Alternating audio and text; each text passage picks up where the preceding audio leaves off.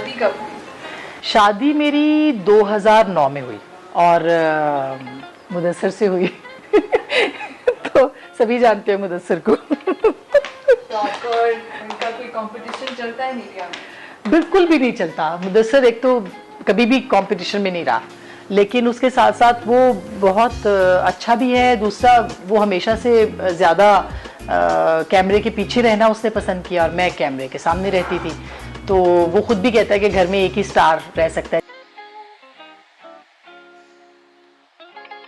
औरतों के लिए जर्नलिज्म स्पेशली पाकिस्तान में बहुत मुश्किल है। और ख़ास करके जब हमने शुरू किया था तो उस वक्त तो लड़कियां थी ही नहीं, बहुत ही कम थी। पाकिस्तान टेलीविज़न में थी कुछ ख़वातीन, वो भी ज़ाहिर है कि सरकारी कवरेजेस ज़्यादा होती थी। तो 2005 हम आए, फिर उसके बाद शुरू किया, इलेक्शंस हुए, जनरल मुशर्रफ का दौर था, फिर 2005 हुआ। 2005 के अंदर जो है वो ज़लज़ला आ गया। फिर हम ज़लज़ले में, मैं बालाकोट में 12 दिन 12 रातें हमने तकरीबन वहाँ पे मैंने कवरेज की। मेरे साथ 20 बंदों की टीम भी थी और वो सारा, तो हम वहाँ से लाइव भी करते थे और हम वहाँ पे सोशल वर्कर के तौर पे भी काम किया कि यानी जहाँ पे इमदाद की ज़रूरत है। मेरा ख्याल है कि जियो ने बेहतरीन किरदार, तमाम मीडिया ने किया मगर चंद ही चैनल्स थे उस वक्त, लेकिन जियो ने बहुत बेहतरीन काम किया। और उस वक्त मेरा ख्याल है कि हमें चूँकि लीड मिली कि हम वहाँ से, ख़ास करके बालाकोट जो था और सारे उसके इर्द गिर्द की जो इलाके थे जो बहुत ही ज़्यादा ख़राब हुए, तो हमने वहाँ से कवर किया। तो it was a very different experience, rather बड़ा लर्निंग एक्सपीरियंस था कि हमने लोगों को देखा कि लोग लक से कख पे कैसे आए एंड सेकंडों के अंदर लोगों की ज़िंदगियाँ बदली। We covered many stories very miserable and बहुत ऐसी स्टोरीज थी जिनसे लर्न बहुत किया लाइफ में। कम से कम मैंने तो बहुत लर्न किया है कि ज़िंदगी का कोई भरोसा नहीं है। तो आपका बचपन कैसा गुजरा? बचपन मेरा बड़ा दिलचस्प बचपन है, क्योंकि मेरी अम्मी जॉब करती थी। हमने कुछ अर्सा गांव में गुजारा और मेरे वालिद यहाँ पे इस्लामाबाद में होते थे, तो हम इस्लामाबाद आते जाते रहते थे। और ये वो इस्लामाबाद है जो वाकई एक गांव की तरह का छोटा सा इस्लामाबाद होता था। मुझे गांव बहुत पसंद था पर्सनली, तो मेरी तो लाइफ में जो है ना वो गाँव की बड़ी अहमियत है। तो बचपन में बड़ा इंजॉय किया है, क्योंकि मैं थी ज़रा टॉम बॉय टाइप, तो मैं घूमती फिरती रहती थी और गांव में मैंने जितना गुड्डियाँ लूटी हैं और मैंने बंटे खेले हैं और मैंने बहुत मज़ा किया है। सो क्योंकि हम ज़ाहिर है कि सैयद फैमिली हैं, तो हमारी जो नाना का घर था या उनकी हवेली थी, तो उसमें से लोगों को निकलने की इजाज़त बच्चियों को तो बिल्कुल भी ऐसा सच नहीं थी।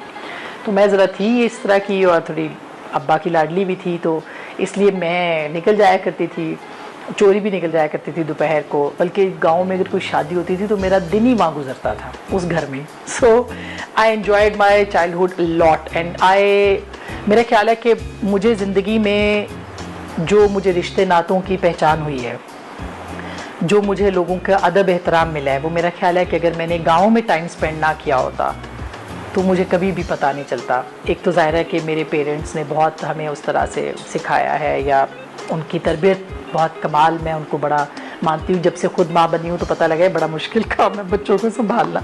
सो ये है। देखो, मुश्किल काम है बहुत, बच्चों के साथ घर को मैनेज करना, फैमिलीज़ को मैनेज करना, क्योंकि आपके जो आपकी फैमिलीज़ हैं दोनों तरफ की, फिर आपके बच्चे हैं, फिर आपका काम है और आपकी जॉब है, फिर आपको मतलब बहुत मुश्किल हो जाता है। और ख़ास करके प्रोफेशनल खातून के लिए, जिसने ज़ाहिर अपना, आप खुद सेल्फ मेड हम ज़ाहिर के रहे हैं और पीछे कोई ऐसा सपोर्ट, या हमारे ख़ानदान में कोई कॉन्सेप्ट नहीं था कि लड़कियां जो हैं वो मीडिया के अंदर भी आ सकती हैं। ये एक बहुत बड़ा टैबू था।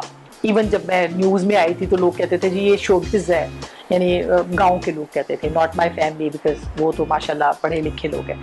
लेकिन वो मुश्किल होता है लोगों को समझाना। तो उसके बाद फिर अभी भी हमारी तो फैमिलियों में जैसे है, तो हम हर चीज़ को मैनेज करना होता है, तो मुश्किल काम है। एक वर्किंग वुमेन के तौर पे, एक माँ के तौर पे, ख़ास करके उनकी तरबियत करनी है, उनको पढ़ाना है, उनको अच्छा इंसान बनाना है, उनको कैसे उनको लेके चलना है ज़िंदगी में। सच्ची बात है कि हमारे पेरेंट्स बहुत अच्छे माँ बाप थे, हम नहीं है। We cannot be। तो जब पब्लिक में आपको कोई आके मिलता है तो आपके बच्चे कैसे रिएक्ट करते हैं? मेरे बच्चे अब यूज टू हो गए हैं, वो कहते हैं हाँ बस मामा आपको तो कोई अब हमारे लिए तो वक्त नहीं मिलेगा, अब आप तो ज़्यादा तस्वीरें खिंचवाएंगी ये वो, तो वो बड़े यूज टू हो गए। समटाइम्स ये होता है जब हम हॉलीडेज पे जाते हैं तो मेरा जो बड़ा वाला बेटा है वो कहता है कि आप प्रॉमिस करें कि अब वहाँ जाके कोई इंगेजमेंट आपकी नहीं होगी। तो ये मुश्किल होता है कहना, क्योंकि जब भी हम कहीं जाते हैं तो कोई ना कोई दोस्त अहबाब और फिर वहाँ पे कोई ना कोई कवरेज भी आ जाती है, फिर वहाँ पे लोगों से मिलना मिलाना भी होता है, तो वो चाहते हैं कि उनके लिए बस टाइम मुख्तस हो, तो वो वक्त को ज़्यादा, लेकिन मैं अपने बच्चों को बहुत वक्त देती हूँ। ऐसा नहीं है कि मैं अपने बच्चों को वक्त, मेरे लिए ज़िंदगी में मेरे मेरे बच्चे बहुत इम्पॉर्टेंट हैं, इसलिए मैंने अपनी लाइफ में से बहुत सारी चीज़ें माइनस कर दी हैं। मैं बड़ी सोशल थी, मैं बहुत आउटगोइंग थी, मैंने बहुत चीज़ें माइनस कर दी हैं। मैं प्योरली जो मेरे पास वक्त है वो मेरे बच्चों का है, और उनका हक कहीं ज़्यादा है किसी और से भी, तो मैं इसलिए उनको बहुत टाइम देती हूँ। अलबत्ता ये कि क्वालिटी टाइम के लिए ज़ाहिर है फोकस्ड होना पड़ता है, तो कभी कभी काम में कि अच्छा नहीं अब गेस्ट हो रहे हैं, अभी टॉपिक नहीं है, अभी कोई इमरजेंसी हो गई है, अभी कोई बिग स्टोरी आ गई है कि कुछ हो गया है, तो उसके लिए जो है वो मुझे मैनेज करना पड़ता है साथ साथ, और उनके होमवर्क्स भी देखने हैं, टेस्ट भी देखने हैं। तो आप अपने लिए कब टाइम? अपने लिए मैं जब वो सो जाते हैं रात को, उसके बाद मेरा वक्त है। मैंने रीडिंग करनी होती है, मैंने खबरें देखनी होती हैं, मैंने मूवीज़ देखनी होती हैं, मैंने मुझे किताब पढ़ने का बचपन में बहुत शौक़ था, मैंने बहुत किताबें पढ़ी थी बचपन में। फिर बीच में एक ब्रेक आ गया था जब ज़ाहिर शादी और फिर बच्चों के टाइम का, अब मैंने दोबारा से रीडिंग शुरू की है, बिकॉज़ अब मैंने राइटिंग शुरू की है। तो मैं कॉलेज के ज़माने में लिखती थी, मैं कॉलेज मैगज़ीन एडिटर थी अपने F72 कॉलेज की, और मैं बेस्ट डिबेटर भी थी, और मैं एक्ट्रेस भी थी, और मैं सिंगर भी थी, और बहुत कुछ थी मैं। तो उस सब में मुझे पढ़ने में बहुत काम, जालिब से मुझे बहुत उनके साथ है रग़बत, तो पढ़ती हूँ मैं जालिब साहब को भी बहुत ज़्यादा, लेकिन ज़्यादातर फिर मोहसिन नकवी को बहुत पढ़ती हूँ मैं। मोहसिन नकवी भी बहुत ही अच्छे शायर हैं, फराज साहब सारे। और ये किताब थी मंशा याद साहब की, उन्होंने मुझे प्राइज़ मिला था जब मैंने कंपटीशन विन किया था, तो उस वक्त की ये किताब है उनकी स्टोरीज़ की, और मैंने उस वक्त पढ़ के और उसको पेंसिलों के साथ, और वो सारा शॉर्ट स्टोरीज़ थी उनकी, तो वो उनको ट्रांसलेट हुई हुई हैं वो। सो मुख्तलिफ़ किताबें हैं मेरे पास, लेकिन अभी जैसे ये गाजी साहब की मेरे दरिया मेरे साहिल है, तलाश मुमताज़ मुफ्ती साहब की है, ये किताबें मेरे ख्याल है ज़िंदगी में एक वक्त आता है जब आपको लगता है कि ये किताबें आपकी सबसे बड़ी जो है वो साथी भी हैं और सरमाया भी है। फिर ये आली साहब की है, अरमगान आली, उन्होंने ख़ुद मुझे ये गिफ्ट की थी, और ये एतज़ाज़ साहब की जो कि मुस्तनसर जावेद साहब ने इसको वो किया हुआ है ट्रांसलेट। तो ये बड़ी अच्छी तारीख़ है बाय द वे, सिंध दरिया के से रिलेटेड पूरे पाकिस्तान के साथ, यानी हिस्ट्री है पाकिस्तान की, और बड़ा खूबसूरत है। ख्वाजा फरीद का दीवान और ये सारा, तो ज़ाहिर है कि मिस्टिसिज़म से भी एक है तसव्वुफ़। और मैंने कोशिश की थी जब मैं सेकेंड ईयर में थी कि कश्फुल माजूब पढ़ूँ, मुझे समझ कुछ नहीं आया था, मगर मुझे एक ढारस सी मिलती थी कि मेरे पास सामने पड़ी हुई है किताब। तो फिर आग का दरिया वो वहाँ पड़ी हुई है कुरतुल्लाह हैदर की यूनिवर्सिटी में, मुझे याद है कॉलेज में मैं लेके आई थी, तो मेरे वालिद ने कहा कि तुम समझ नहीं सकोगी ये किताब, तुम्हें दोबारा पढ़नी पड़ेगी। तो उनकी बात सही थी, फिर वो दूसरी या तीसरी बार पढ़ी, तो जाहिर है कि उस वक्त हम सेकेंड ईयर फर्स्ट ईयर के बच्चे थे, तो उसके बाद फिर यूनिवर्सिटीज़ में और उसमें बाद में जाके जो है वो पढ़ने को मिला। जर्नलिज्म में किस तरह के खतरात पेश आते हैं, specially as women? Field journalism में बहुत प्रॉब्लम्स होते हैं, ये आसान काम नहीं है बिल्कुल भी। मसलन ये है कि आपको पहले तो एक्सेप्ट ही नहीं करते। मसलन हमने जब शुरू किया 2002 में, जब हम जाते थे, बल्कि मैं उस वक्त जब पाकिस्तान टेलीविज़न से मैंने शुरू किया, रिपोर्टिंग शुरू की, तो जब हम जाते थे तो हमारे कैमरामैन को देखते थे, हमें देखते ही नहीं थे, बात ही नहीं करते थे लोग हमसे, तो यानी हमें इस काबिल ही नहीं समझते थे कि बात की जाए। तो मैं एक दफ़ा फिर मैंने मुझे याद है कि तरबेला डैम में गई हुई थी कवरेज के लिए, तो उनके जो चेयरमैन थे जो जिनसे मैं इंटरव्यू कर रही थी, उन्होंने मैं सवाल उनसे मैं पूछती थी, मैं कैमरामैन से बात करते थे, तो मैं उनको जब मैंने उनको 2 दफ़ा कहा रोक के कि आप मुझे देखिए, तो उन्होंने नहीं देखा, तो फिर मैंने कैमरा बंद करा दिया। तो मैंने कहा आपको मुझे ही देखना पड़ेगा, जब भी फिर आपका इंटरव्यू चलेगा, वरना नहीं, यानी आई कांटेक्ट बनेगा भाई। मुझे एक बात का बड़ा फ़ख्र है कि मैंने रोड शोज़ किए हैं। मैं पाकिस्तान की वाहिद एंकर हूँ जिसने कि फ़ीमेल एंकर भी हूँ और एंकर भी हूँ जिसने 2 साल कॉन्टीन्यूसली टेररिज्म के दौर में मेरा प्रोग्राम समा टीवी का जो फैसला आपका है रोड शो था, रोड से मैं करती थी और मजमे में करती थी। तो कई दफ़ा बम ब्लास्ट होता था, हम जाते थे, तो मुझे इस बात का बड़ा इत्मीनान रहता है कि मेरे साथ कभी किसी ने बदतमीज़ी नहीं की। मुझे लोगों ने रिस्पेक्ट ही दी है हमेशा, और बड़ी ऑनरशिप के साथ लोगों ने मुझे जो है एक्सेप्ट किया है। हाँ, अब आके आपको जो एक सोशल मीडिया हैरेसमेंट अब आपके साथ जो है वो जुड़ गई है, या आपके खिलाफ कैंपेन्स चलती हैं, बहुत सारे सहाफ़ियों पे लगे हैं, लेकिन ख़वातीन में शायद मुझ पे नज़रे करम कुछ लोगों की ज़्यादा है, तो इसलिए उसकी वजह से बहुत पहले शुरू में बहुत अपसेट हो गई थी, डिस्टर्ब हो गई थी, लेकिन उसके बाद मुझे बड़ी एनर्जी मिली इस चीज़ से। मुझे नेगेटिविटी से पॉजिटिविटी या नेगेटिव उससे पॉजिटिव एनर्जी लेने का अनोखा दर्स मिला है। मुझे बहुत हौसला मिलता है। मुझे कोई सोशल मीडिया पे ट्रोल करता है या मुझे व्यूज़ करता है, तो मैं अव्वल तो खैर मैं चाहती नहीं मेंशंस पे, लेकिन मैं कहती हूँ कि मैं मुस्कुरा देती हूँ कि अच्छा, ये इस तरह के लोग भी, ये जहनियत भी यहाँ पे मौजूद है, और ये हमें और एनर्जी और हिम्मत देती है। आपकी सोशल लाइफ किस तरह की है? मेरी काफ़ी महदूद हो गई है, पहले बहुत थी, लेकिन कुछ ही लोग हैं जिनके साथ मेरा बहुत राब्ता रहता है। हमारे कुछ सीनियर जर्नलिस्ट हैं, आमिर मतीन साहब हैं, उवैस तौहीद के साथ हो जाता है राब्ता, और फिर बहुत सारे जो हमारे इंस्पिरेशंस भी हैं, ज़ियाउद्दीन साहब हैं, हामिद मीर साहब हैं, मुस्तनसर जावेद साहब हैं। मैं बहुत रेगुलरली अपने जो सीनियर्स हैं, ज़िया साहब हैं, मुस्तन साहब हैं, उनके साथ मिलती हूँ और मेरा राब्ता है, और मुझे बड़ा अच्छा लगता है, लर्न करती हूँ। फिर आमिर मतीन साहब, मालिक साहब, ये तो सब जो है वो बिल्कुल भाइयों की तरह है मेरे, और मुझे बड़ा इन लोगों ने हमेशा बड़ा हौसला दिया है और मुझे बहुत सपोर्ट किया है। तो मेरे लिए ये सारा जो हमारा एक ग्रुप बना हुआ है एक तरह से, वो सारा मेरे लिए बड़ा मोहतरम है। फैमिली की तरह हम जो है वो सारे रहते हैं। बहुत करती हूँ। सुना है आपका सेंस ऑफ ह्यूमर भी बहुत अच्छा है। हाँ, वो थोड़ा, मगर आपका सेंस ऑफ ह्यूमर नहीं है तो आप क्या, मतलब आप कैसे, आप हाउ कैन यू लिव, आप जिंदगी को जीना कैसे सीखेंगे? तो है थोड़ा बहुत, अगर कुछ लोग कहते हैं कि है तो है। पिछले कुछ सालों में सहाफियों पे बहुत तनकीद की गई है, क्या आपके ख्याल में सही तनकीद है या गलत? सहाफियों पे नहीं, लेकिन जो हमारे घुसपैठिए हैं हमारी प्रोफेशन के अंदर, उनकी वजह से बहुत सारे सहाफ़ियों के ऊपर भी अताब आया है। जो जेन्युइन सहाफ़ी हैं, जिन्होंने स्ट्रगल किया है, जिन्होंने काम किया है, जिन्होंने मेहनत से अपनी जगह बनाई है, और जो अभी भी ख़बर के ऊपर यकीन रखते हैं, उनके ऊपर कभी उनको प्रॉब्लम नहीं हो सकता। हाँ, ज़ाहिर है कि आपके बहुत से दुश्मन बन जाते हैं जब आप सच कहते हैं, हक़ कहते हैं, सही बात कहते हैं। सही, और देखिए हमेशा मुखालफत उसकी होती है जो सही बात कहता है। जो गलत बात कहता है उसको कोई भी जो है वो तनकीद नहीं करेगा, वो कहीं नोटिस नहीं होगा, लेकिन जो सही बात कहता है उसके खिलाफ लोग ज़्यादा बात करेंगे। हज़रत अली अलैहिस्सलाम का एक कौल है कि शहर में अगर तुम्हारे दुश्मन ज़्यादा हैं और हासिद ज़्यादा हैं तो समझ लो कि तुम कामयाब हो। मैं भी होती हूँ, मैं तकलीफ़ में भी आती हूँ, मुझे तकलीफ़ भी होती है, लोगों के रवैये से बहुत तकलीफ़ होती है, लेकिन इवेंचुअली मैं खुद से ही बात करती हूँ तो मैं ठीक हो जाती हूँ। आप फैशन ट्रेंड से बहुत अप टू डेट रहती हैं, इसका टाइम कैसे मिलता है? मैं बिल्कुल भी नहीं रहती फैशन से अप टू डेट, सीरियसली, क्योंकि मुझे इतना नहीं। हाँ, ये है कि जब मैं बाहर जाती हूँ, कोई चीज़ अच्छी लगती है तो मैं ले लेती हूँ, लेकिन जितना वक्त मिलता है मैं ऐसे कपड़े लेती हूँ जिसको ज़्यादा इस्त्री ना करना पड़े, जो बस निकाले पहने, जैसे अभी मैंने पहने हुए हैं, तो इस्त्री नहीं करने पड़ते।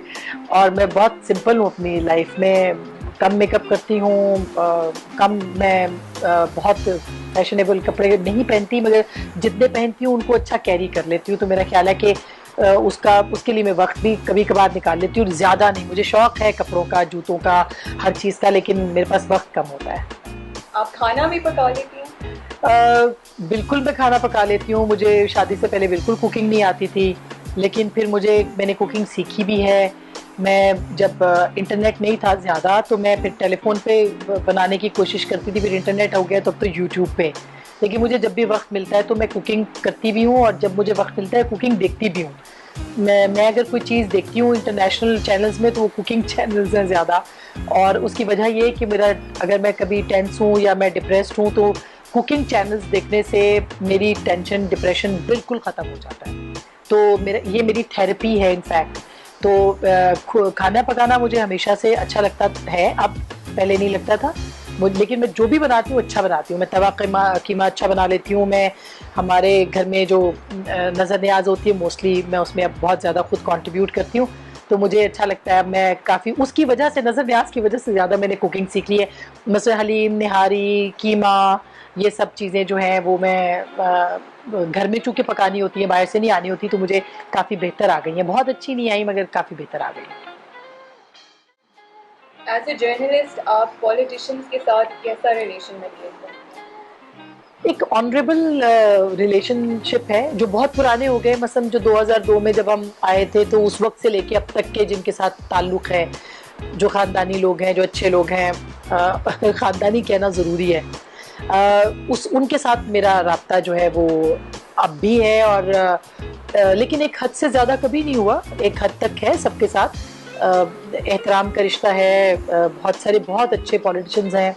ये अलग बात है कि बहुत एक पोर्ट्रे किया जाता है कि सियासतदान बड़े गंदे होते हैं, बड़े ख़राब होते हैं, बड़े करप्ट होते हैं, वगैरह वगैरह। मैंने बहुत से ऐसे पॉलिटिशियंस देखे हैं जिनके यहाँ अक़दार बहुत वैल्यूज़ बड़ा मैटर करती हैं, जिनको पता है कि लोगों से कैसे बात करनी है, रखनी है। नवाबज़ादा नसरुल्लाह साहब को मैंने कवर करना शुरू किया था जब मैं 2002 में ARD थी, तो नवाब साहब के साथ मेरी बहुत अच्छी एक एफिलिएशन हो गई। बल्कि शुरू में वो मुझे, जब जियो भी लॉन्च नहीं हुआ था, तो मैं रोज़ कैमरा लेके पहुंच जाती, तो मुझे एक दिन कहने लगे ये क्या डमी चैनल है, मैंने इससे बात नहीं करनी, तो मेरी आंखों में आंसू आ गए बड़े बड़े।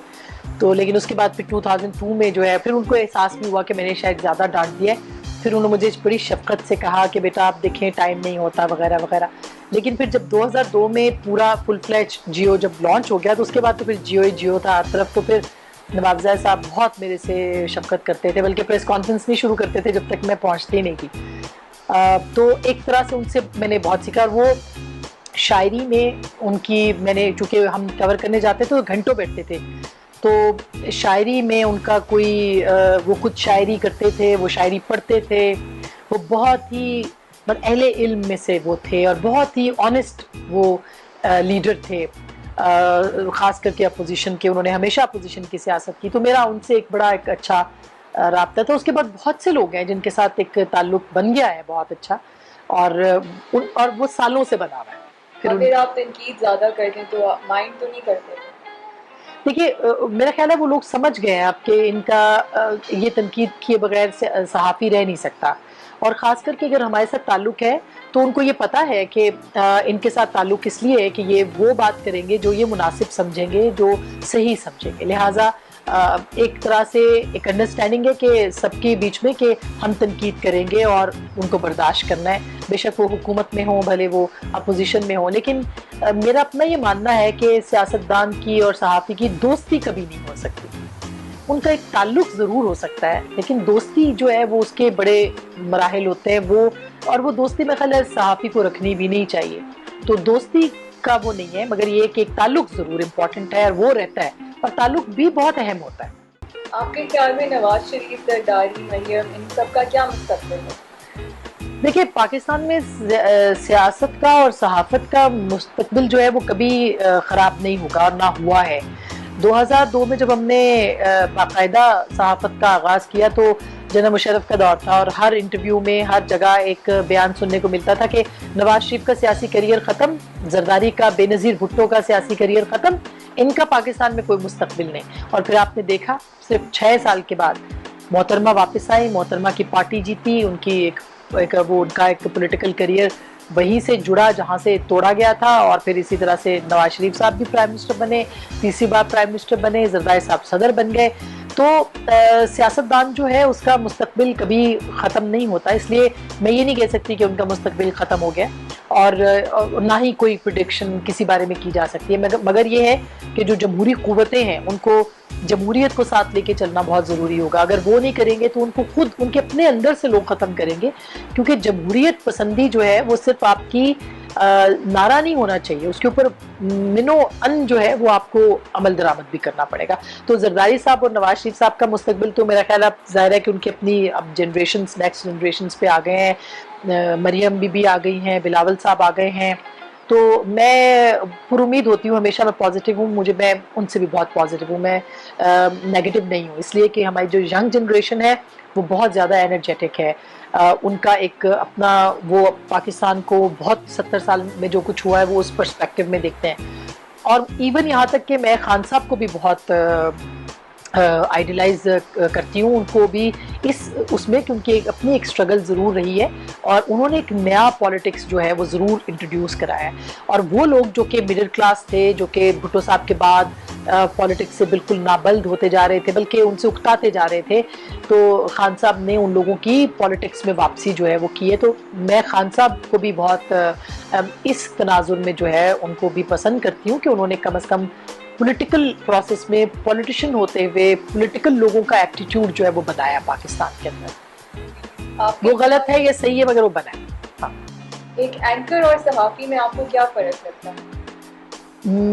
एक एंकर जो होता है वो एक एंकर होता है, वो सिर्फ बैठ के एंकरिंग करता है, लेकिन एक जो सहाफी होता है उसके पीछे एक पूरी तगोदौ है, उसके पीछे एक पूरा एक मेहनत है, उसके पीछे एक पूरा बैकग्राउंड है। मुझे जब कोई एंकर कहते हैं लोग तो मुझे अच्छा नहीं लगता। मैंने अभी बीबीसी के लिए लिखना शुरू किया है, तो उन्होंने मुझसे पूछा आप क्या लिखेंगी, आपके साथ क्या लिखा जाए, तो मैंने कहा जी फ़कत सहाफ़ी, ना सीनियर ना जूनियर ना फलाना ना धमका, सिर्फ सहाफ़ी लिखिए। मेरे लिए एजाज़ की बात यही है कि मैं सहाफ़ी हूँ। तो सहाफ़ी के पीछे एक पूरी मेहनत होती है, एंकर के पीछे सिर्फ एक स्टारडम होती है, एक उनको एक सिर्फ एक वो एक तरह से अचानक बन जाने वाले लोग होते हैं। मैं ये नहीं कहती वो अच्छे नहीं है, वो बहुत अच्छे हैं, बहुत अच्छे सवाल करते होंगे, बहुत अच्छा वो प्रोग्राम करते हैं, लेकिन जो सहाफ़ी होता है उसने मार खाई होती है, उसने जूते घिसाए होते हैं, उसने मेहनत की होती है। आप इंस्पायरिंग जर्नलिस्ट को क्या पैगाम देना चाहेंगे? मेरा पैगाम, सच्ची बात है कि मुझे मुश्किल लगता है ये सवाल उसकी वजह ये कि हमारी जो यंग जनरेशन है वो बहुत ही ज़्यादा अप टू डेट है और वो हर चीज़ को समझती है। लिहाजा मेरा सिर्फ इतना छोटा सा पैगाम है कि आप थ्रू प्रॉपर चैनल आएँ, लेग वर्क करें, मेहनत करें और मेहनत करके आए। रातों रात अगर आप कुछ बन गए, बहुत से लोग आते हैं हमारे पास, ये एंकर बनना है, हमने बस सीधे एंकर बनना है, तो मैं उनको ये कहती हूँ कि आप एकदम से अगर सीढ़ी पे चढ़ेंगे तो आपको पता नहीं चलेगा कि किस किस स्टेप के ऊपर क्या क्या है, तो एकदम से कुछ भी नहीं आपको आप अचीव कर सकते। लिहाजा थ्रू प्रॉपर चैनल आए, मेहनत करें, लेग वर्क करें और अपनी सलाहियतों पे भरोसा रखें। अगर अब ये आप नहीं करेंगे तो फिर आप कुछ नहीं कर सकते।